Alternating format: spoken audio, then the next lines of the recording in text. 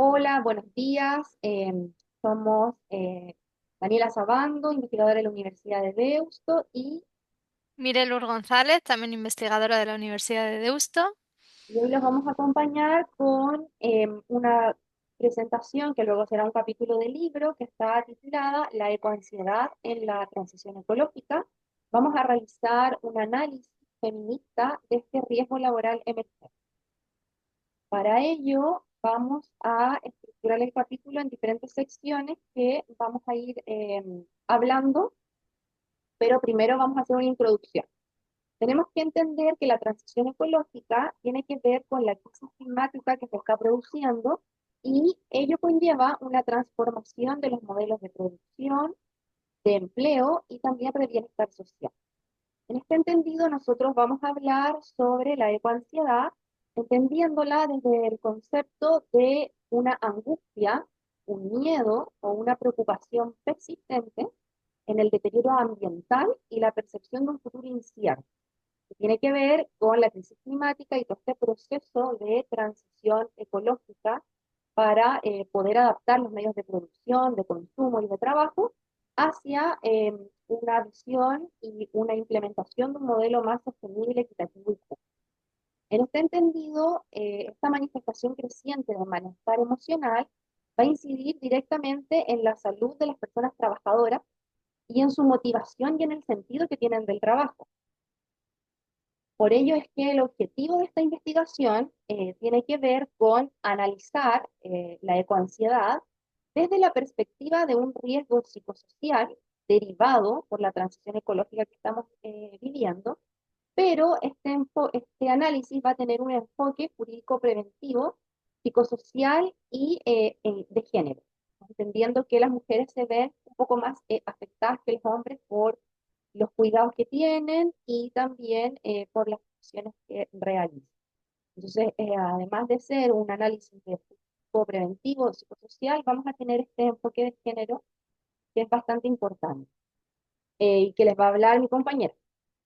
Voy a ver yo el marco normativo. En este sentido, bueno, vamos en el capítulo del libro a indagar más sobre el marco de la transición ecológica, entendiendo el Acuerdo de París, la Agenda 2030 de Naciones Unidas, también lo que España ha tenido sobre la ley del clima, y bueno, siempre enfocado, ¿no es cierto?, en descarbonizar al año 2050, llegar las emisiones netas a un 0% y vamos en camino con la primera meta que tenemos en el año 2030.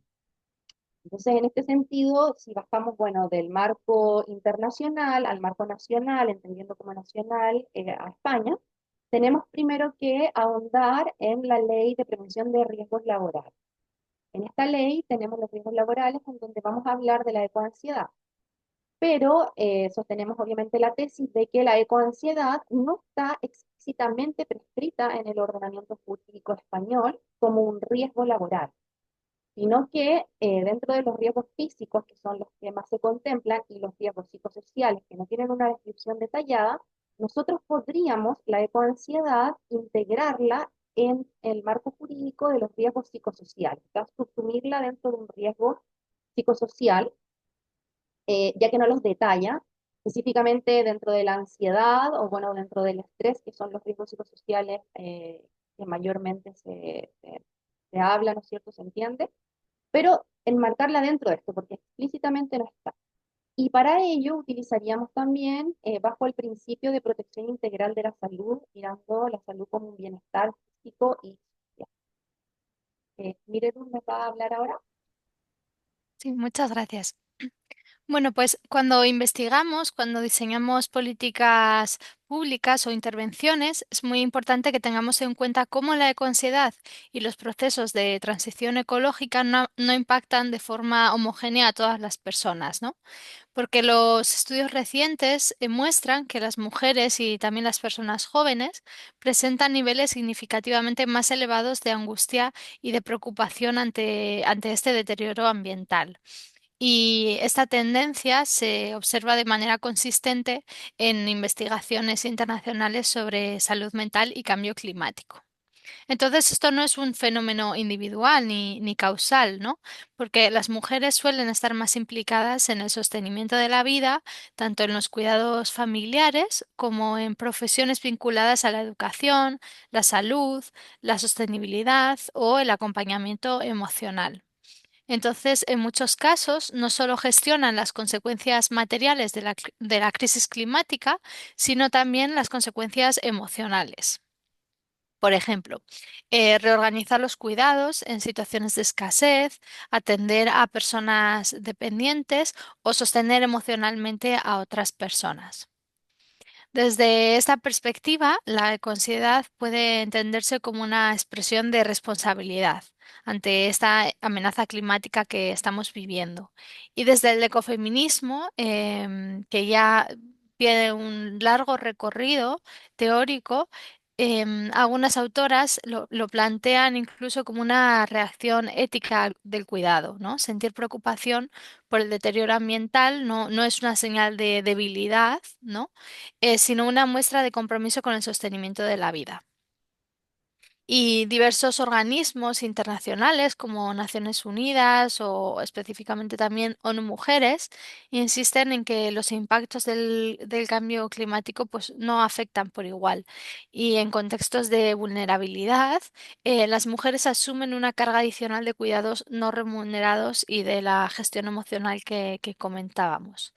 Y justamente el concepto de Climate Care Nexus señala precisamente esa conexión, que cuando aumenta la presión climática, también aumenta la carga de cuidados.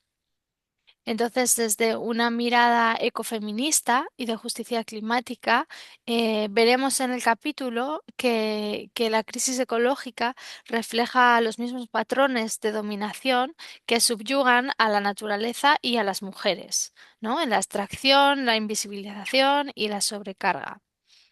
Entonces, comprender la ecoansiedad desde una perspectiva de género nos va a permitir abordarla no como un bienestar individual, sino como un síntoma de las desigualdades estructurales que deben ser consideradas también en las políticas preventivas en el ámbito laboral.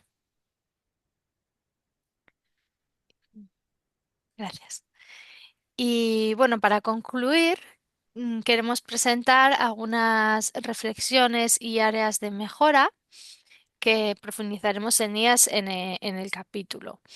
Entonces, si asumimos que la ecoansiedad es también una expresión ética del cuidado y un síntoma de la desigualdad estructural, entonces las respuestas tienen que ser colectivas, tienen que ser institucionales y también transformadoras.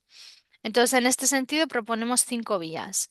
En primer lugar, incluir la ecoansiedad en las evaluaciones de riesgos psicosociales, también como comentaba mi compañera, no solo como estrés ambiental, sino como un impacto emocional derivado de la responsabilidad de sostener la vida en contextos de crisis climática.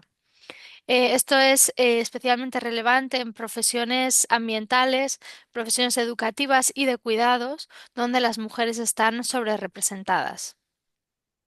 Por otro lado, promover la formación en competencias socioemocionales, no solo para gestionar el malestar, sino también para favorecer la capacidad de afrontar la incertidumbre, de tomar decisiones informadas y fortalecer la agencia climática, que no se quede en un autocuidado individual, sino que integre el cuidado colectivo y la acción colectiva. En tercer lugar, incorporar la perspectiva de género, ya que, bueno, tanto en la planificación de políticas de transición ecológica como en los protocolos empresariales y universitarios, pues esto es fundamental. Y bueno, y esto implica analizar quién asume los impactos, quién gestiona los cuidados y cómo se distribuyen los recursos y las responsabilidades durante estos procesos de adaptación en la transición ecológica. Por otro lado, fomentar programas de resiliencia climática diseñados desde el enfoque ecofeminista que vincula la sostenibilidad ambiental con la sostenibilidad de la vida. Entonces, sería entender la resiliencia no como una resistencia individual, sino como construcción de redes, construcción de estrategias de apoyo mutuo y capacidades comunitarias. Y finalmente, proponemos la creación de espacios de diálogo y sensibilización social para compartir experiencias, reducir la percepción de aislamiento y transformar esa ansiedad en una conciencia crítica y una acción colectiva. Entonces, estos espacios son fundamentales para poder reconstruir esas narrativas y avanzar de la preocupación a la participación y el cambio social. Entonces, por último, queríamos agradecer sinceramente a todas las personas que van a visualizar este vídeo y esperemos que puedan, que también consulten nuestro futuro capítulo. Y ha sido un placer compartir esta presentación con Daniela y muchas gracias. Gracias.